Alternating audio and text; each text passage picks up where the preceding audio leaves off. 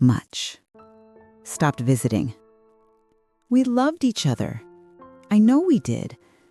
But grief has a way of building walls between people. 15 years passed. 15 years of carrying that weight. 15 years of telling people my dad died by suicide and watching their faces change. Watching them get uncomfortable. Watching them not know what to say. 15 years of wondering. I built a life anyway. I got married, divorced, married again. I changed jobs 3 times, moved to a new city, made new friends. I learned how to smile again, how to laugh, how to live with the sadness tucked quietly into a corner of my heart. But it was always there. And then, 3 months ago, Marcus called me out of the blue. "Hey," he said. His voice sounded strange, tight. "Hey," I said back. "Everything okay?" There was a long pause. "Can you come visit?" he asked. "I need to talk to you about something. In person." My stomach dropped. "Are you sick? Is something wrong?" "I'm not sick. I need to tell you something, and I can't do it over the phone." So I went. I took a Friday off work and made the drive. It had been almost 2 years since I'd seen Marcus face to face. He looked older, grayer. He'd put on a little weight, but his eyes were the same, sad and steady. We made small talk for a while, caught up on life, work, his kids, my husband, normal things. But I could feel it, something heavy hanging in the air between us, something he was trying to work up the courage to say. We were standing in his kitchen. He'd just poured me coffee. The rain had started. And that's when he said it. Dad didn't kill himself. And my whole world stopped. I sat down, not because he told me to, but because my legs wouldn't hold me anymore. The chair scraped against the floor. The sound seemed too loud. Everything seemed too loud. My heart, the rain, the clock ticking on the wall. "What do you mean he didn't kill himself?" My voice sounded far away, like it was coming from someone else. Marcus sat down across from me. He wrapped both hands around his own coffee mug. I noticed they were shaking. I mean exactly that. Dad didn't hang himself. That's not how he died. I stared at him, waiting for it to make sense, waiting for the words to connect in my brain in a way that felt real. "But you told me you found him in the garage.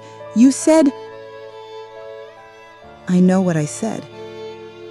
I know what I told you, and I've regretted it every single day for 15 years. The anger came then, hot and sudden, rising up from somewhere deep in my chest. "You lied to me?" I said. "For 15 years, you lied to me?" "Sarah, I grieved him, Marcus. I blamed myself. I went to therapy. I spent 15 years thinking I could have saved him, thinking I should have known, and you're telling me it was all a lie?" "I'm sorry." He looked at me, and his eyes were wet. "God, Sarah, I'm so sorry." "Sorry doesn't..." I had to stop, had to breathe. I pressed my palms against the table. "What actually happened?" Marcus took a long breath, let it out slow. He had a heart attack. That's what killed him. A massive heart attack. I blinked. A heart attack? Yes. Then why would you tell me he killed himself? Why would you lie about something like that? He closed his eyes. Because of where it happened and what he was doing when it happened. I waited. The rain kept falling. The clock kept ticking. He was with someone, Marcus finally said. A woman. Not Mom. The words landed like stones. What? He was having an affair, Sarah. Had been for years. He was with her when he died. I felt like I'd been punched. All the air went out of my lungs. No. No, Dad wouldn't. He loved Mom. He would never. He did. Marcus's voice was so tired, so sad. I didn't want to believe it either, but it's true. I stood up, sat back down, stood up again. I didn't know what to do with my body, with this information, with the way everything I thought I knew was crumbling. Who was she? Her name was Angela. She worked at the hardware store on 5th Street, the one Dad went to all the time. I remembered that store. Remembered Dad going there almost every weekend. He'd say he needed supplies, needed to check on something. Mom would roll her eyes and say he just liked looking at tools. But it wasn't tools he was looking at. How long? I asked. From what I could figure out, about 7 years. 7 years. While Mom was alive, while we were all having family dinners and opening Christmas presents and pretending to be normal. Mom knew, I said. It wasn't a question. Marcus nodded. I think so. Yeah, I think she knew and just didn't say anything. That hurt worse somehow. Mom knowing. Mom carrying that alone. Tell me everything, I said. From the beginning. I need to know. Marcus rubbed his face with both hands. He looked exhausted, like he'd been carrying a mountain on his back and was finally setting it down. It was a Tuesday, he said. I remember because I just started that new job, and Tuesday was my day off. You were already gone, living in Ohio. Mom had been dead for about 4 months. I nodded. I remembered that time. Everything had been raw. Wrong. Dad had been acting weird. Distant. More than usual. He kept going out at strange times, wouldn't say where he was going.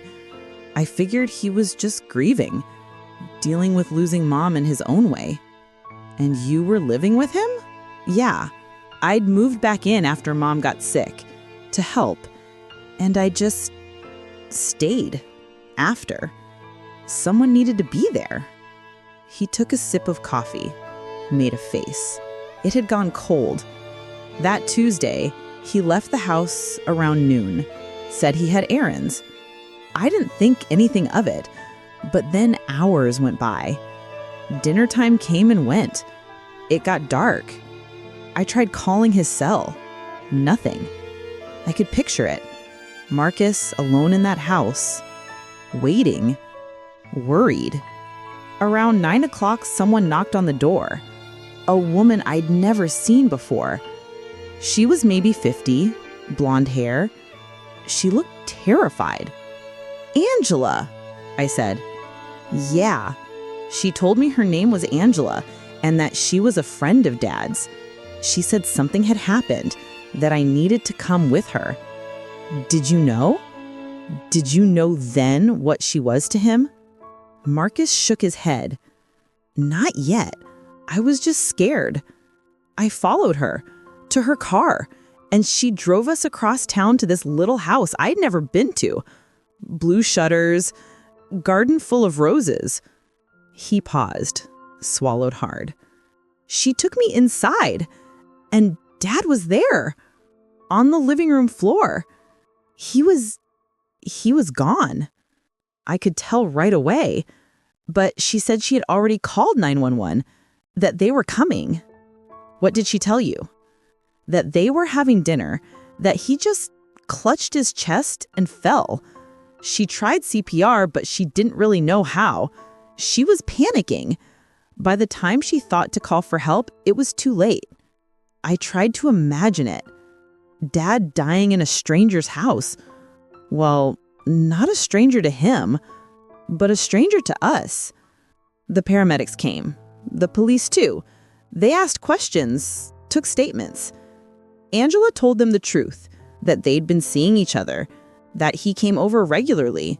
They were kind about it, professional. And then what? They took his body, said someone would be in touch about arrangements. One of the officers pulled me aside, asked if I had family to notify. I said I had a sister, that I'd handle it. Marcus looked at me then, really looked at me. I drove home and I sat in the driveway for 2 hours trying to figure out what to do, how to tell you, what to say. So you decided to lie? I decided to protect you. His voice was firm, not angry, just certain.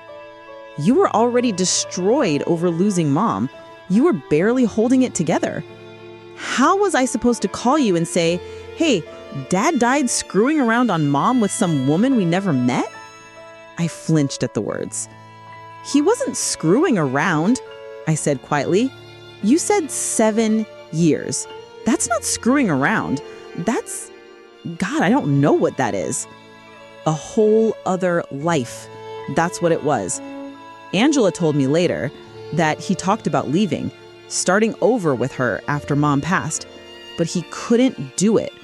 Couldn't walk away from us, from the house, the memories. I felt tears on my face. I hadn't even realized I was crying. So he just kept both lives going? Yeah. We sat in silence for a minute. The rain had gotten heavier. It drummed against the roof. The suicide story, where did that come from? Marcus looked down at his hands. I needed a story that would explain why he died alone, why I found him instead of calling you first, why there was no one else there. So you staged it. Not exactly. I just told the story in a way that made sense. I said I came home and found him in the garage, that it looked like he'd been there for a few hours. I called you right away, and you believed me. Of course I believed you. You're my brother. I know. His voice was barely a whisper. I know. And I've hated myself for it every day since. I wiped my face with my sleeve, tried to pull myself together. Why now? I asked. Why tell me now after all this time? Marcus was quiet for a long moment. Because Angela died, he said finally. Last month. And before she went, she wrote me a letter. He reached into his pocket and pulled out an envelope, cream-colored, a little worn. He slid it across the table to me. She said, I needed to tell you the truth, that it wasn't fair to let you keep carrying guilt for something that never happened. She said she had carried enough guilt for all of us, and that she didn't want to die knowing she was part of keeping you in the dark. I stared at the envelope, didn't touch it. She knew about me? Dad talked about you all the time, about both of us. She said he loved us more than anything, that we were the reason he could never fully leave his old life behind. That should have felt good to hear, But it didn't. It just felt complicated, messy, sad. "Can I read it?" I asked, nodding at the letter. "It's yours," Marcus said. "She wrote it to you. I was just the messenger." I picked up the envelope. My hands were shaking now, too. I opened it carefully. Inside was a single piece of paper. Neat handwriting. Blue ink.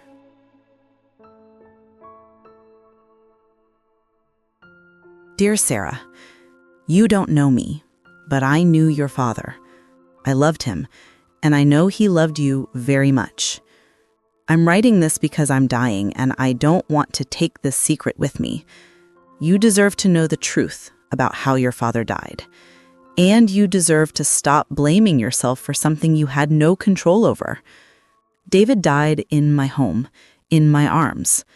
It was sudden and it was peaceful, if such a thing can be said about death.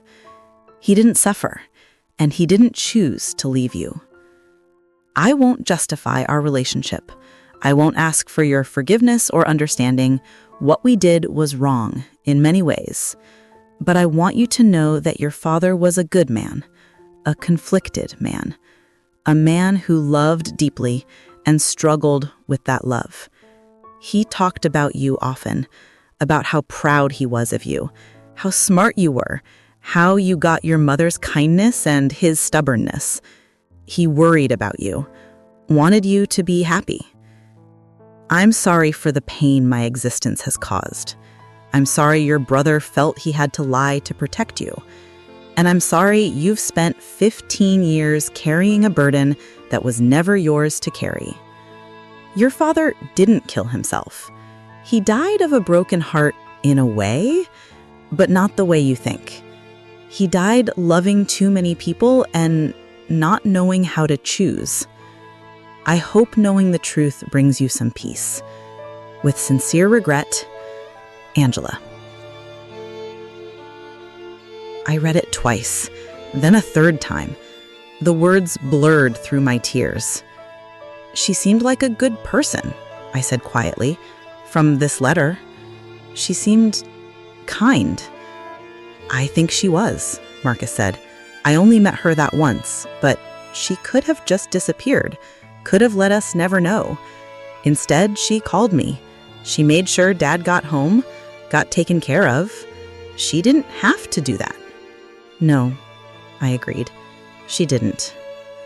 I folded the letter carefully, put it back in the envelope. I don't know what to feel, I said. I'm angry at you for lying. I'm angry at Dad for the affair. I'm angry at myself for not seeing it.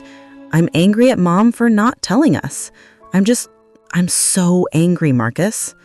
You should be. You have every right. But I'm also relieved. Is that horrible? I'm relieved he didn't kill himself, that he didn't choose to leave us, even though he was leaving us anyway, in a different way. It's not horrible, Marcus said gently. It's human. We sat there for a long time, not speaking, just being together in the weight of it all. Eventually I asked, "Is there more?" Marcus looked up at me. Something flickered across his face. Hesitation, maybe. Fear, maybe. What do you mean? I mean, is there more you haven't told me? Because I can't do this again, Marcus. I can't find out in another 15 years that there's another layer to all of this. He was quiet. Too quiet. Marcus? There are some things, he said slowly. Things I found after Dad died. Things I didn't know what to do with. My heart started beating faster. What things? He stood up. Stay here. I'll be right back. He left the kitchen and I heard him go upstairs. His footsteps creaked on the old floorboards. I sat alone in that kitchen and felt like I was waiting for another bomb to drop. When he came back down, he was carrying a cardboard box, medium-sized, worn at the edges. He set it on the table between us. After Dad died, I had to go through his things, the house, his clothes, his papers, all of it. You were back in Ohio, and I told you I'd handle it, that you didn't need to come back for that part. I remember. I'd been grateful at the time, too raw to face sorting through Dad's life. I found this box in the back of his closet, hidden under some old blankets. At first, I thought it was just junk, but then I looked inside. He pushed the box toward me. I didn't want to open it. I wanted to leave, to go back to my hotel and pretend this conversation never happened, but I couldn't. I had to know. I pulled the box closer and lifted the lid. Inside were letters, dozens of them, maybe 100, tied in bundles with rubber bands. There were also photographs, a small jewelry box, a pressed flower in a frame, and a notebook. I picked up one of the letter bundles. They were addressed to Angela, in Dad's handwriting. He wrote to her. Constantly, Marcus said. Look at the dates. I checked. The letters spanned years. The oldest was from 8 years before he died, before Mom even got sick. Did he send these? I don't think so. I think he wrote them and kept them, like a journal almost. His thoughts, his feelings, things he couldn't say out loud. I untied one bundle and opened a letter at random. Dad's familiar slanted writing filled the page.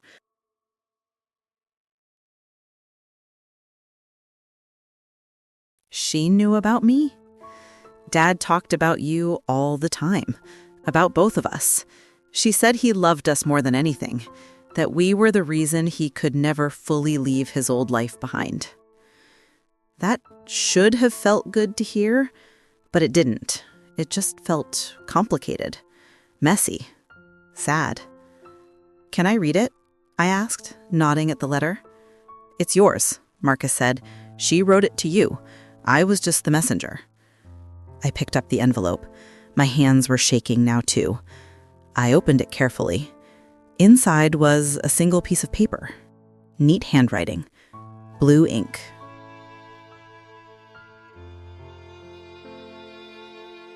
Dear Sarah, you don't know me, but I knew your father. I loved him, and I know he loved you very much. I'm writing this because I'm dying, and I don't want to take this secret with me. You deserve to know the truth about how your father died. And you deserve to stop blaming yourself for something you had no control over. David died in my home, in my arms. It was sudden and it was peaceful, if such a thing can be said about death. He didn't suffer, and he didn't choose to leave you. I won't justify our relationship. I won't ask for your forgiveness or understanding. What we did was wrong in many ways.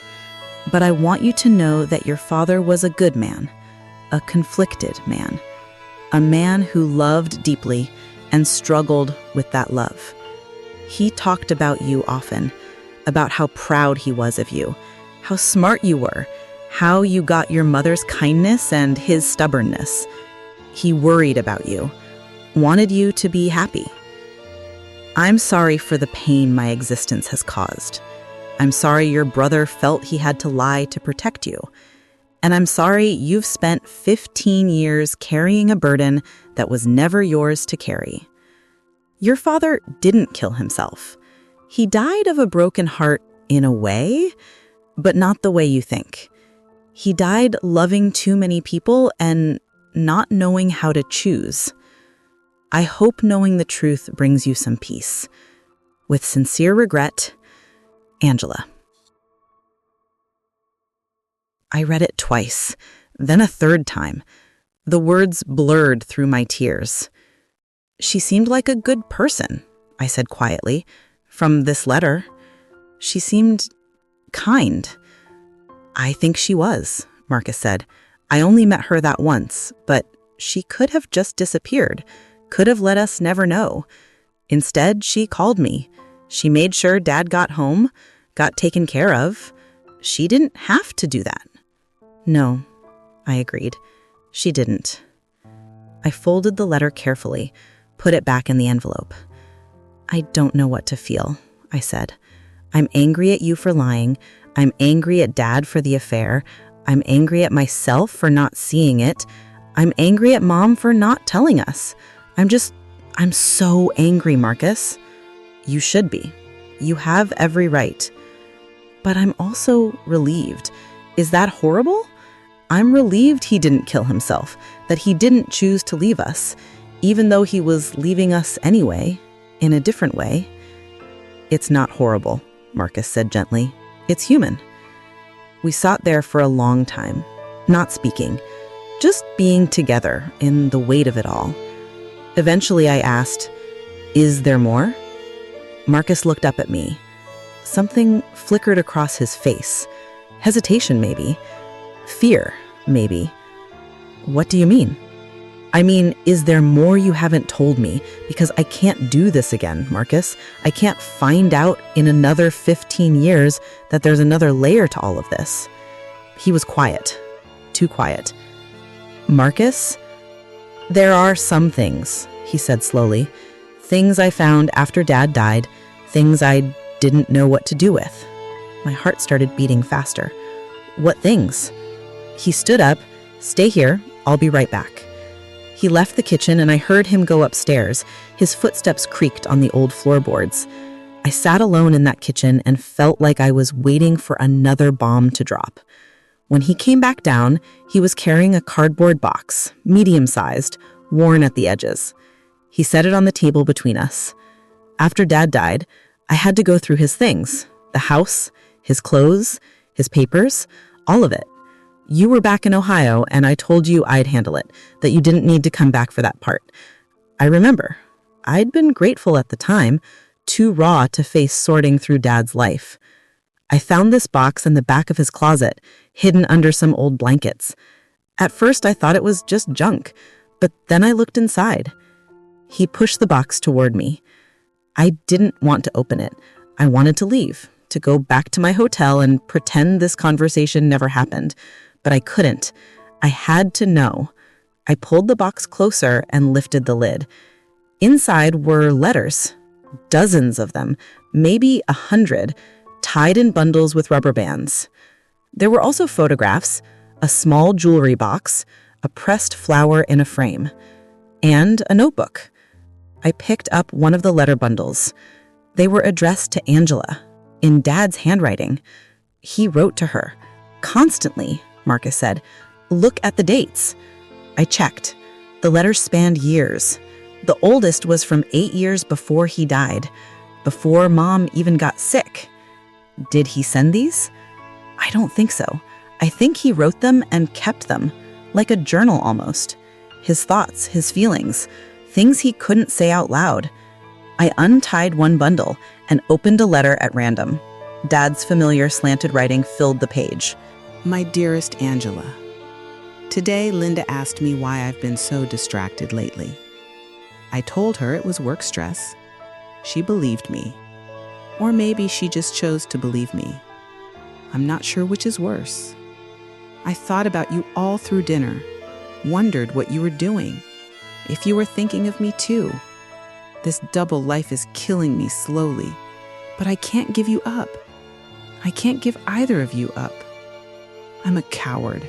I know that. A real man would choose, would do the right thing. But what is the right thing when both choices break someone's heart? I love you. I love her. I love my children. And I'm destroying all of it by trying to hold on to everything. Yours, David. I put the letter down. My hands were shaking again. They're all like that, Marcus said quietly. Torn, guilty, but also full of love. For Angela, for Mom, for us. I picked up another letter, then another. Each one painted the same picture. A man caught between two lives, two loves, unable to choose, unable to let go. Did Mom really know? I asked. Marcus reached into the box and pulled out a different bundle. Smaller. These letters were in different handwriting. Feminine. Neat. These are from Mom, he said. To Dad. I found them mixed in with the others. Mom wrote to Dad? But they lived together. Read them. I took the bundle, opened the first letter. It was dated 3 years before Mom died. David, I'm writing this because I can't say it to your face. Because when I look at you, I still see the man I married, and I can't reconcile that man with the one who comes home smelling like someone else's perfume. I know about her. I've known for a while. I'm not stupid. The late nights, the distance, the way you look through me instead of at me. I should leave. I should throw you out. I should scream and cry and make you choose. But I won't. Do you know why? Because I'm tired. Tired of fighting, tired of pretending, tired of trying to be enough for someone who needs more than I can give. And because I still love you. God help me, I still love you. So I'm making a choice. I'm choosing to stay. I'm choosing to look the other way. I'm choosing to take whatever part of you I can still have, even if it's not all of you. I'm not asking you to stop seeing her. I'm not asking you to choose. I'm just asking you to be kind, to be careful, to still come home to me at night. Is that pathetic? Maybe, but it's all I have left. Linda. Tears were streaming down my face now. I couldn't stop them. She knew, I whispered. She knew everything and she just accepted it. There are more, Marcus said gently. They wrote back and forth like this for years, like letters you'd write to someone far away, even though they slept in the same bed. I read more, letter after letter. Mom's pain, Dad's guilt, a marriage that had become a negotiation, an understanding, a quiet arrangement that no one else knew about. In one letter, Mom wrote about being diagnosed with cancer. She said she was almost relieved that at least now there was a reason for the pain, something she could name and fight. In Dad's response, he said he would end things with Angela, that he would be there completely, that Mom deserved that. But there was another letter, dated a week later. Dad writing to Angela, saying he couldn't stay away, that he needed her, that Mom was dying and he was falling apart and Angela was the only thing holding him together. It was devastating, all of it. Why are you showing me this? I asked Marcus. What am I supposed to do with this? I don't know, he said honestly. I've been carrying it alone for 15 years, and I thought maybe you deserved to know who they really were. Not the versions we remember, not the story I told, but the truth, messy and complicated as it is. I looked at the photographs next. Dad and Angela together, smiling, his arm around her. They looked happy, genuinely happy. There were pictures of places I didn't recognize. Restaurants, parks, a beach somewhere, a whole life documented in secret. He took her on trips, I said. Yeah. Those weekends he said he was going fishing with buddies from work or to check on job sites out of town, he was with her. I felt sick, but also I didn't know what I felt. It was too much, too complicated. In the bottom of the box was the notebook. I pulled it out, opened it. It was Dad's handwriting again, but these weren't letters. These were thoughts, reflections, dated entries like a diary. I flipped to a random page. March 15th. Sarah called today. She sounded happy. Told me about her new job, her new apartment. She's building a good life, a real life. I'm proud of her. She asked if I was doing okay, if I was lonely after Linda passed. I lied, told her I was fine, that I was keeping busy. The truth is, I'm more lost than I've ever been. Without Linda, there's no reason to maintain the illusion anymore. I could just be with Angela, start over, but I can't do it. Can't let go of the house, the memories, the last pieces of the life I built. Angela is patient. She says she'll wait as long as it takes, but I see the hurt in her eyes. She deserves better than this. Better than me. They all do. There was an entry from 2 weeks before he died. I'm so tired. Tired of lying. Tired of splitting myself in half. Tired of disappointing everyone. Angela asked me again last night when I'm going to tell the kids about her, when I'm going to introduce her as part of my life instead of keeping her hidden. I told her soon, but we both know that's not true. How do I tell Sarah and Marcus that their mother wasn't the only woman I loved? That while she was dying, I was with someone else? That I'm not the man they think I am? I can't. So I won't. I'll just keep going like this until something breaks. I'm afraid it's going to be me that breaks. 2 weeks later, he was dead. He was planning to tell us, I said quietly. Maybe. Or maybe he was just writing what he thought he should do. Dad was good at that, knowing the right thing but not actually doing it. I closed the notebook, looked at everything spread across the table, the evidence of a secret life, a secret love, a secret pain.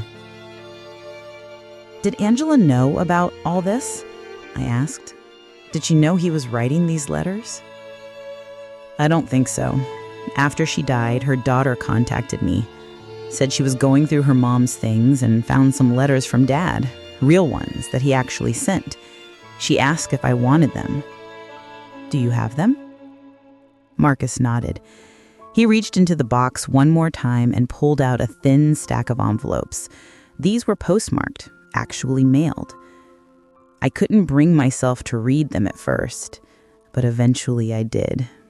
They're different from the ones he kept. Less guilt, more hope.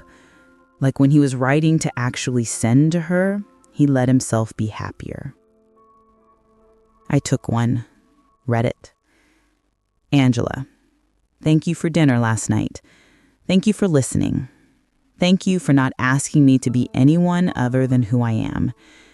With you, I feel like I can breathe, like I'm not drowning under the weight of everything I'm supposed to be. I know this isn't fair to you. I know I'm asking you to live in the shadows, but I'm selfish enough to keep doing it, because losing you would break me. Until I see you again, D. It was tender, genuine, the letter of a man in love. I think he really did love her, I said. Not instead of Mom, but also at the same time. Yeah, I think he did. I don't think he was a bad man, just a weak one. Or maybe just human. I don't know anymore. We sat with that for a while. Then I asked the question that had been building in my mind. Do you think he was relieved when he died? Do you think part of him was glad he didn't have to choose anymore? Marcus considered it. Maybe. Or maybe he was dying wishing he'd done it all differently. We'll never know. I want to see her grave, Angela's. I want to see where she's buried. Marcus looked surprised. Are you sure? No, but I need to. I don't know, see something real, something tangible. All of this, I gestured at the box. It feels like a story, like something that happened to someone else. I need it to be real. Okay, Marcus said quietly. Okay, we can go tomorrow, if you want. I want. That night I stayed at Marcus's house, in the guest room. I couldn't sleep. I kept thinking about Mom, about the letters she wrote, about how lonely she must have been, how brave and sad and human. I thought about Dad, about the way he hummed while he worked, about his quiet smile, about the fact that inside him was this whole other world I never knew existed. I thought about Angela, a woman I'd never met, who loved my father, who gave him something he needed, who died asking for my forgiveness even though I didn't know I had anything to forgive. And I thought about Marcus, carrying this alone for 15 years, making an impossible choice in an impossible moment, lying to protect me, living with the guilt of that lie every day. The rain had stopped. The house was quiet, and I lay there in the dark, feeling like I was meeting my family for the first time. Morning came slowly, gray light through the curtains, the smell of coffee drifting up from downstairs. I found Marcus in the kitchen again, same spot as yesterday. He looked like he hadn't slept either. Hey. He poured me coffee without asking. We'd done this 1,000 times as kids. He always knew how I took it, and still did. We didn't talk much over breakfast, what was there to say that hadn't already been said. But the silence felt different than yesterday. Less heavy, more like we were just tired. Tired of carrying secrets, tired of pretending, tired of the wait. After we finished eating, Marcus grabbed his keys. "You still want to do this?" he asked. "Yeah, I do." The drive to the cemetery took about 20 minutes. It was one of those old church graveyards, small, quiet, trees everywhere, the kind of place that feels peaceful instead of sad. Marcus knew where to go. He'd been here before. For the funeral, he told me. He'd gone alone, stood in the back, paid his respects to a woman who'd meant something to our father. We parked and walked through the rows of headstones. Some were old, weathered, names you could barely read. Others were new, fresh flowers still sitting in the little vases. "Here," Marcus said, stopping. The headstone was simple, gray granite, clean lines. Angela Marie Rousseau, 1958-2024. She loved deeply and lived honestly. I stared at those words. She loved deeply and lived honestly. There was something about that phrase that broke me, because it was true, wasn't it? She did love deeply. She loved my father, and she lived honestly in her way. She didn't pretend, didn't lie to herself. She just loved him and accepted what he could give. That was more honesty than the rest of us had. I knelt down in front of the grave. The grass was still a little wet from yesterday's rain. I didn't care. "I don't know what to say to you," I whispered. "I don't know if I'm supposed to be angry or grateful or what. You loved my father. You were there when he died. You made Marcus tell me the truth. So thank you, I guess, for that part at least." The wind moved through the trees, soft and gentle. "I wish I could have met you," I continued. "I wish Dad had been brave enough to introduce us. Maybe we would have hated each other. Maybe it would have been awful. But maybe not.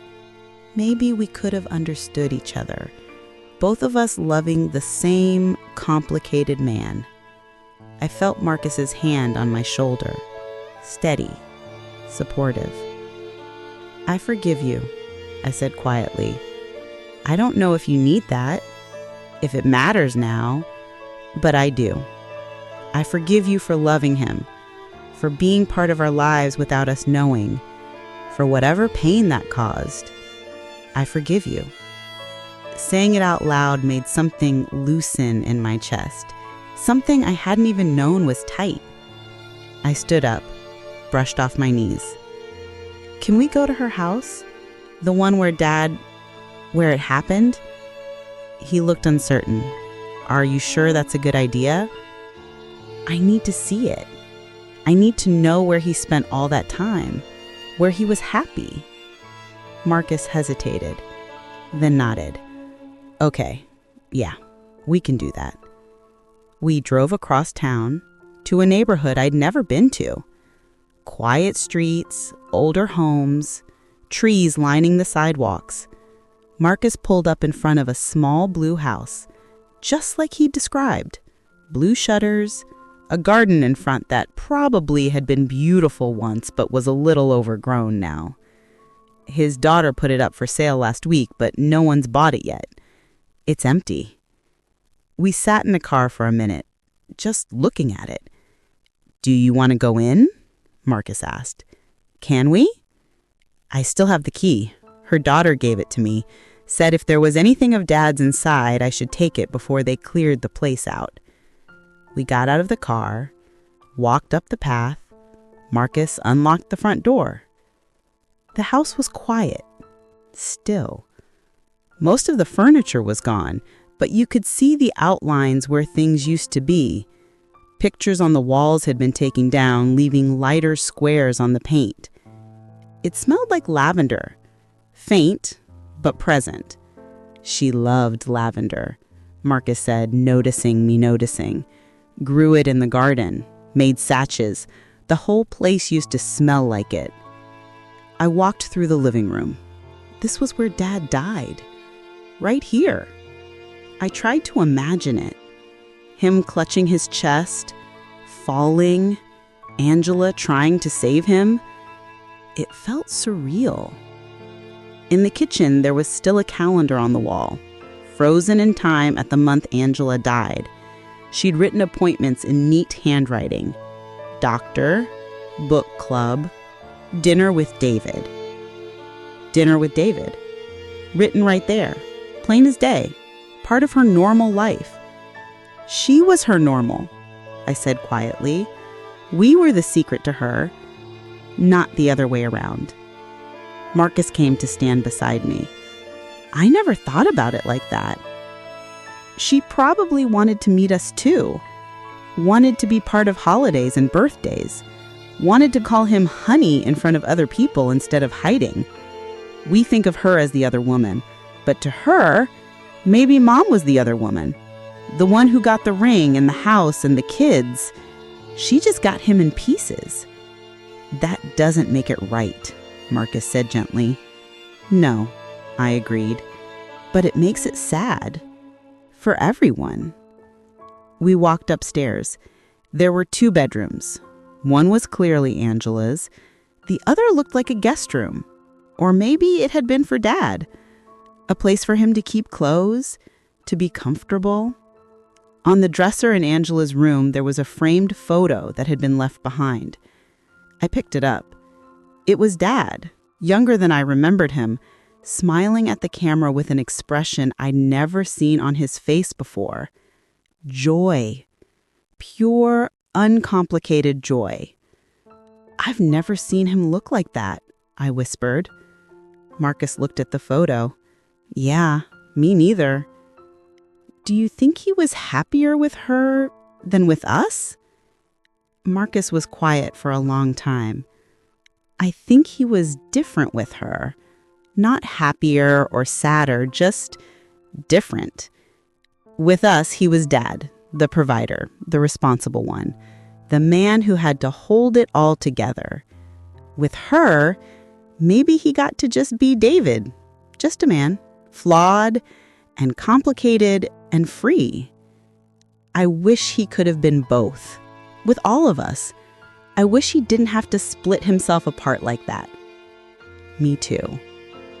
I set the photo down, took one last look around the room. I'm ready to go, I said.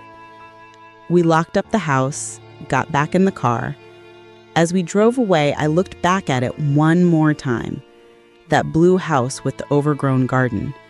The place where my father had another life, another love, another version of himself. Marcus, I said as we drove, I need to tell you something. Okay. I forgive you for lying. I understand why you did it. It was an impossible situation, and you were trying to protect me. You were trying to do the right thing. And even though it hurt, even though I wish you'd told me the truth, I get it. and I forgive you." His hands tightened on the steering wheel. I saw his jaw clench, like he was trying not to cry. "I don't deserve that," he said, his voice rough. "Maybe not, but I'm giving it to you anyway, because you're my brother, and because you've been carrying this alone for too long, and because I love you, and I don't want this to be another thing we lose." He pulled the car over, just stopped right there on the side of the road. And then he started crying, deep, shaking sobs that came from somewhere old and buried. I reached over and held his hand. "I'm so sorry, Sarah. I'm so sorry. I thought I was doing the right thing, but I just made it worse. I made you grieve something that didn't happen. I let you blame yourself. I'm so sorry." "I know," I said softly. "I know you are. And it's okay. We're okay." We sat there for a while, two middle-aged people crying in a car on a random street, letting out 15 years of grief and guilt and secrets. Eventually, Marcus wiped his face, took a few deep breaths. "Now what do we do?" he asked. "I don't know," I said honestly. "I guess we figure out how to live with this, how to remember them as they really were, not who we thought they were." I don't know how to do that. Me neither. But we'll learn. Together. He nodded, started the car again. We drove back to his house in silence. But it was a comfortable silence. The kind that exists between people who've been through something hard together and made it to the other side. That night, we sat in his living room, the box of letters and photos between us on the coffee table. "What should we do with all this?" I asked. Marcus shrugged. "I don't know. I've been asking myself that for 15 years. We could burn it. Let it go. Pretend it never existed. We could, but we won't." "No," he agreed. "We won't. We should keep it," I said. "Not to torture ourselves, but to remember. To have the whole truth, the good and the bad and the complicated." "Yeah, okay." I picked up one of Mom's letters, read it again. "She was so strong," I said. "Stronger than any of us gave her credit for. She knew about Angela and she chose to stay anyway, not because she was weak, but because she loved him. And because she decided that some of him was better than none of him." "Do you think she was happy?" Marcus asked. "In the end?" I thought about it, really thought about it. "I think she was at peace," I said finally.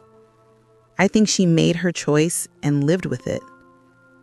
That takes a different kind of courage.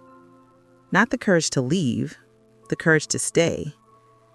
The courage to accept what is instead of what you wish it could be. I never thought about it like that." "Me neither, but now I do." We talked late into the night about Mom and Dad, about Angela, about memory and truth and forgiveness, about how people are never just one thing, never just good or just bad, just human, just trying to love and be loved and make it through.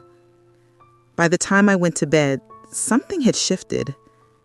The anger was still there, but it was softer, more like sadness. And underneath the sadness was something else. Understanding.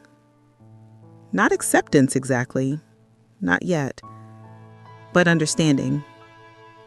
And maybe that was enough. For now. The next morning, before I left to drive home, Marcus gave me something. "Here," he said, handing me a small envelope. "I want you to have this." Inside was a letter. In Dad's handwriting. Addressed to me. "Where did this come from?" I asked, my heart racing. "It was in the box, with all the others. I didn't show it to you before because I wanted you to process everything else first. But I think you're ready now. My hand shook. As I opened it, my dear Sarah, if you're reading this, then something has happened to me. And Marcus has decided you're ready to know the truth. I'm a coward for not telling you myself. I know that. I could make excuses, could explain all the reasons I kept my life with Angela secret. But in the end, it just comes down to fear. Fear of disappointing you. Fear of losing your respect. Fear of you seeing me as I really am, instead of who you think I am. You deserve better than that. You deserved honesty. You deserved a father who was brave enough to live his truth instead of hiding it. I loved your mother. I want you to know that. It wasn't a lie. It wasn't pretend. She was my first love, my partner, the mother of my children. And when she got sick, it destroyed me. But I also loved Angela in a different way. She gave me something I didn't know I needed. Peace, maybe, or just permission to be imperfect. I don't know. I don't even understand it myself. All I know is that I tried to do right by everyone and ended up failing everyone instead. Your mother deserved better. Angela deserved better. You and Marcus deserved better. I'm sorry I couldn't be the man you needed me to be.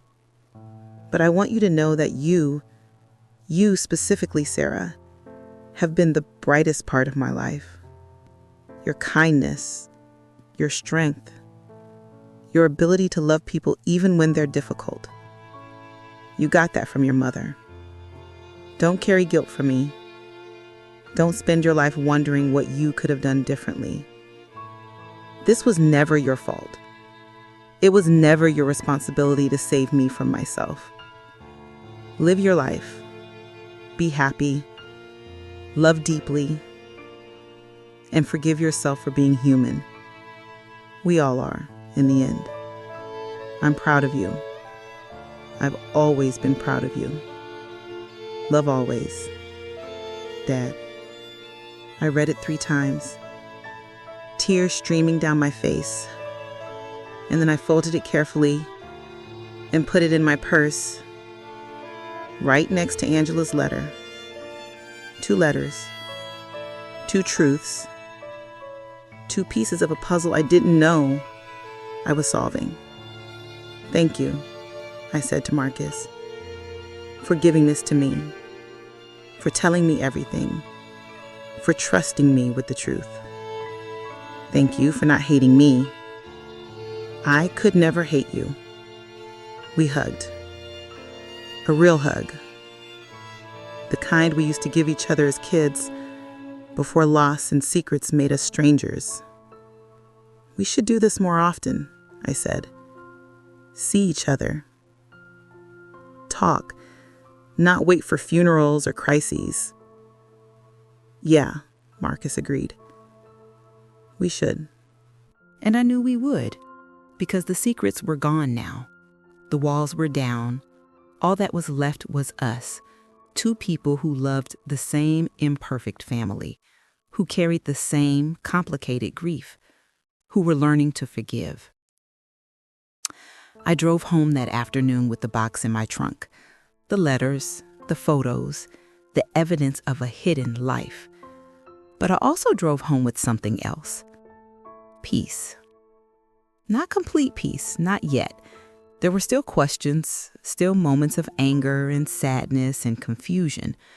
But underneath all of that was the beginning of acceptance. The understanding that people are complicated, that love is messy, that truth is rarely simple or clean, and that forgiveness, real forgiveness, isn't about forgetting or excusing.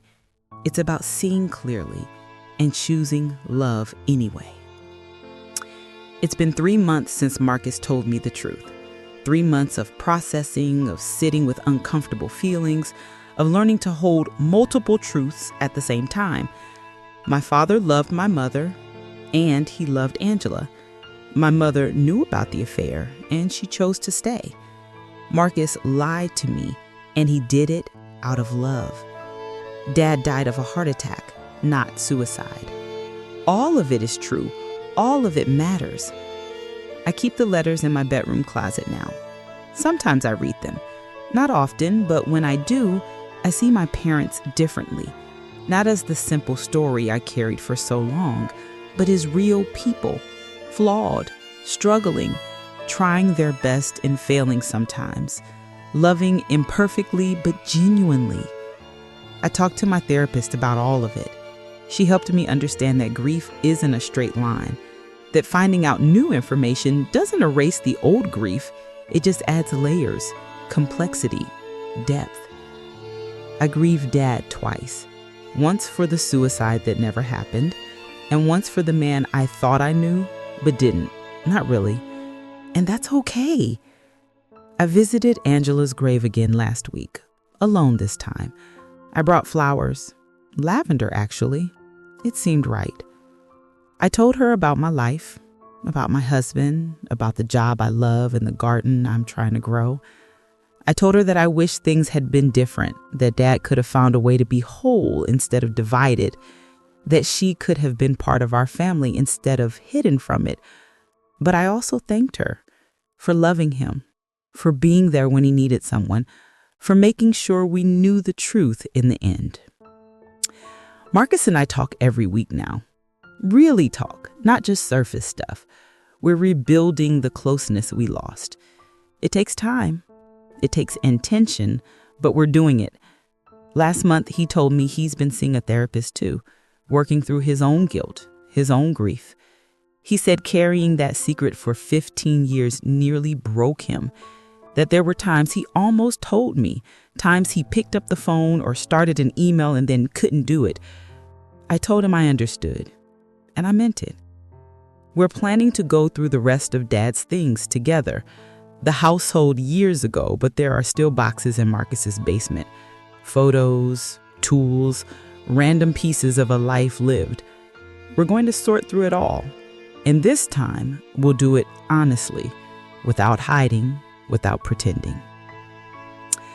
I think about Dad a lot, about the weight he carried, about loving two women and not knowing how to choose, about the lies we tell to protect the people we love, about how sometimes those lies cause more pain than the truth ever could have. But I also think about his smile, his quiet strength, the way he taught me to fix things, to be patient, to pay attention to the small details. He was a good father, an imperfect husband, a conflicted man, a human being trying to navigate an impossible situation. And in the end, isn't that all any of us are? I don't have all the answers. I don't know if what Dad did was right or wrong. I don't know if Mom should have left or if staying was brave or just sad. I don't know if Angela was a villain or a victim or just another person trying to love and be loved.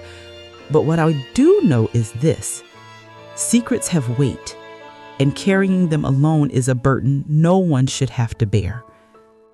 Truth is complicated, but it's still better than a comfortable lie.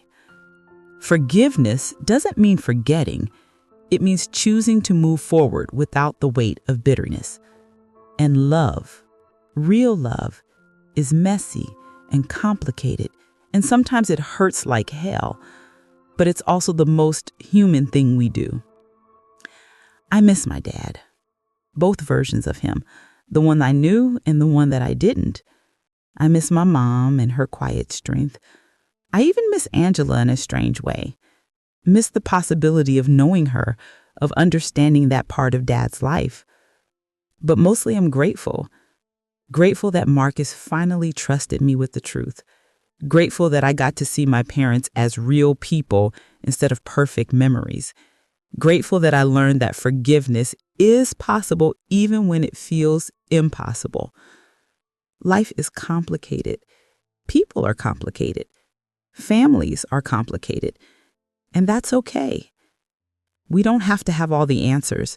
We don't have to understand everything. We just have to keep loving each other, keep being honest, keep forgiving, keep trying. That's what I'm doing now, one day at a time. And you know what? Some days are hard. Some days I'm angry all over again. Some days I cry for the father I lost and the truth I didn't know. But some days are good. Some days I feel lighter, freer, like I'm finally seeing clearly for the first time. Those are the days I hold on to. Because in the end, the truth, no matter how painful, is always better than the weight of a lie. And love, in all its messy, complicated, imperfect forms, is always worth it. I was standing in my brother's kitchen when he told me the truth. The rain was tapping against the window, soft, steady, the kind of rain that makes everything feel like it's moving in slow motion. I remember the smell of old coffee in the pot. I remember the way the light looked coming through the glass, gray and pale. And I remember the exact moment my whole life changed. Dad didn't kill himself, Marcus said. Just like that. Quiet, calm, like he was telling me the weather forecast. I didn't move. I couldn't. My hand was still holding the mug he'd given me, but I couldn't feel it anymore. Everything went numb. "What?" I whispered. He looked at me then, really looked at me, and I saw something in his eyes I'd never seen before. Guilt. Deep, old guilt that had been sitting there for years. "He didn't do it, Sarah," he said again. "That's not what happened." I'd spent 15 years believing our father took his own life, 15 years carrying that weight, 15 years wondering if I could have stopped it, if I'd been a better daughter, if I'd called more, visited more, loved him better. And now my brother was standing there telling me it was all a lie. I felt the room tilt. Or maybe it was me. I don't know. I just know that everything I thought I knew, everything I'd built my life around, was falling apart. "Then what happened?" I asked.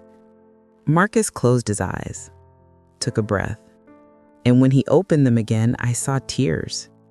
"Sit down, please. There's so much I need to tell you. I need to go back to the beginning, so you can understand why those words hit me the way they did. My father's name was David Mitchell. He was a quiet man, the kind of man who didn't say much, but when he did speak, you listened. He worked in construction for 30 years, came home every evening with dust on his boots and paint under his nails. He'd wash his hands at the kitchen sink, kiss my mother on the cheek, and ask what was for dinner. That was my dad. He wasn't perfect. He drank sometimes. Not every day, but enough that we noticed. Enough that Mom would get that tight look on her face when he opened a second beer. But he was never mean, never violent, just distant. Like part of him was always somewhere else. My brother Marcus is 4 years older than me. Growing up, we were close. He looked out for me, walked me to school, scared off the boys who teased me in middle school. We had that kind of bond where you don't need to talk all the time. You just know the other person is there. Mom's name was Linda. She passed away 6 years ago. Cancer. It was fast and brutal, and it broke something in all of us. But that's another story. When I was 23, I got a phone call that changed everything. It was Marcus. His voice sounded hollow, empty. "Sarah, you need to come home. It's Dad." I was living 2 states away at the time. I'd moved for college and stayed for a job, a life. I came home for holidays, called every couple of weeks, but I wasn't there. Not really. "What happened?" I asked. My heart was already racing. "He's gone," he said. Sarah, He killed himself. I remember dropping the phone. I remember the sound it made hitting the floor. I remember sinking down onto my knees in the middle of my tiny apartment and not being able to breathe. It didn't make sense.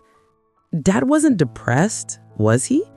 I tried to think back, tried to remember if there were signs, but I could see where his hands, his quiet smile, the way he hummed while he fixed things around the house. How did I miss it? I drove home that night. 8 hours in the dark. I cried so hard I had to pull over twice because I couldn't see the road. By the time I got to my childhood home, the sun was coming up. Marcus was sitting on the porch steps, waiting. He looked like he'd aged 10 years overnight. How? I asked him. That was all I could get out. Hanging, he said. Flat. Emotionless. In the garage, I found him. Oh God, Marcus found him? I sat down next to him and we didn't say anything else. What was there to say? The funeral was small. Dad didn't have many friends. A few guys from work came, some neighbors. The pastor said nice things that didn't feel true. People kept using words like tragic and struggled in silence and mental health crisis. I felt numb through all of it. Afterwards, people came to the house.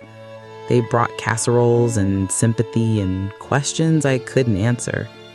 Marcus handled it. He was strong. He made coffee. He thanked people. He accepted their condolences with a straight face. I hid in my old bedroom and stared at the ceiling. Mom was already gone by then, so it was just me and Marcus. 2 orphans trying to figure out what to do with a house full of memories and a grief we didn't know how to carry. In the weeks that followed, I went back to my life, my job, my apartment, but nothing felt the same. I kept thinking about Dad, about the fact that he chose to leave, that whatever pain he was in, he didn't think he could talk to us, didn't think we could help. That hurt more than anything. I started seeing a therapist. She was kind. She helped me work through the guilt, the anger, the confusion. She told me it wasn't my fault, that suicide is complicated, that sometimes people hide their pain so well no one can see it. I wanted to believe her. But late at night, alone in the dark, I'd replay every conversation I ever had with Dad, looking for clues, looking for the moment I should have known, should have asked the right question, should have saved him.